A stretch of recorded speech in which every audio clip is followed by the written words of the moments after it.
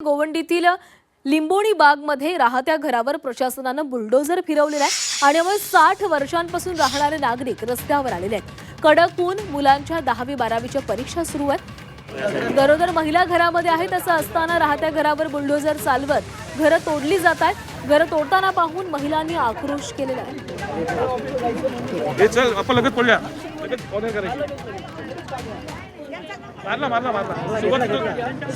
सारे वाले आलेले आणि हे बिल्डरची लोक आलेले, त्यांनी राहत्या लोकांना बाहेर काढलेले।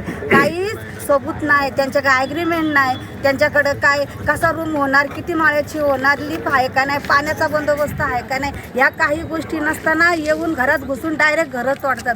हे काय आहे काय? हे नियमात बसतं का सांगा बरं? हा, उगाच लोकांची पिळवणूक करून चाललेले। ज्यांनी छोटे छोटी घरे आहेत ते चेक घेऊन पळाले, त्यांनी काही मागचा पुढचा विचार केलेला नाही। जे कागदपत्र मागितले बिल्डरला तो का देत नाही आम्हाला? मग त्यांनी द्यायचं ना आम्हाला, कागदपत्र द्यायचं ना, आमच्या घराची चावी घ्यायची। पैसे घेऊन फार पैसा दिलाय त्यांना वाटून बिल्डर। लोकांना त्यांनी पैसे चारले, त्यांनी लोक आलेले आहेत, पैसे चारून त्यांना लोकांनी आम्हाला बाहेर काढायला आणलेले आहेत। नाही पण हे जबरदस्ती आहे साहेब, किती केलं ना तरी लोकांनी सर्व दिलं पाहिजे आम्हाला। जे आम्ही मागतो ते आम्हाला ॲग्रीमेंट का नाही, तुम्ही त्यांना काय बोलले नाही, त्यांनी तुम्हाला काय आम्हाला धमकी देतं की अर्धा घंटा खाली करा, 1 घंटा खाली करा, हे असं नसतं चालत ना। तुम्ही आम्हाला डॉक्युमेंट द्या, क्लिअर काय कायद्याचे चाला ना। परीक्षा चालू आहे तरी पण त्यांनी त्यांना ते एसआरआयचे लोक पण तसेच पैसे खाऊन हे तोडतात। एसआरआयवाले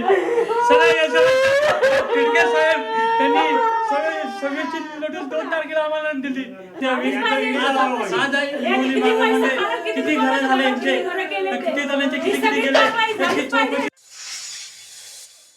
लगेच खाली करा। मी यांचा चेक घेतलेला नाहीये, आजपर्यंत कमिटी अध्यक्ष कधी माझ्या दारात आला नाहीये, मला कधी बोलला नाही मॅडम चेक घ्या, तुमचा काय अधिकार काय नाही, काय तुम्हाला पुरावे पाहिजेत काय नाही, आतापर्यंत त्यांनी मला काहीच विचारलेलं नाहीये आणि डायरेक्ट येऊन मला सांगतोय घर खाली करा, कारवाई करा यांच्यावर। हा कुठली पद्धत आहे? कुठले कानून कायदे तुमचे? बाबासाहेबांनी असं सांगितलं का तुम्हाला? आपलेच लोक आपल्यालाही करायला लागलेत।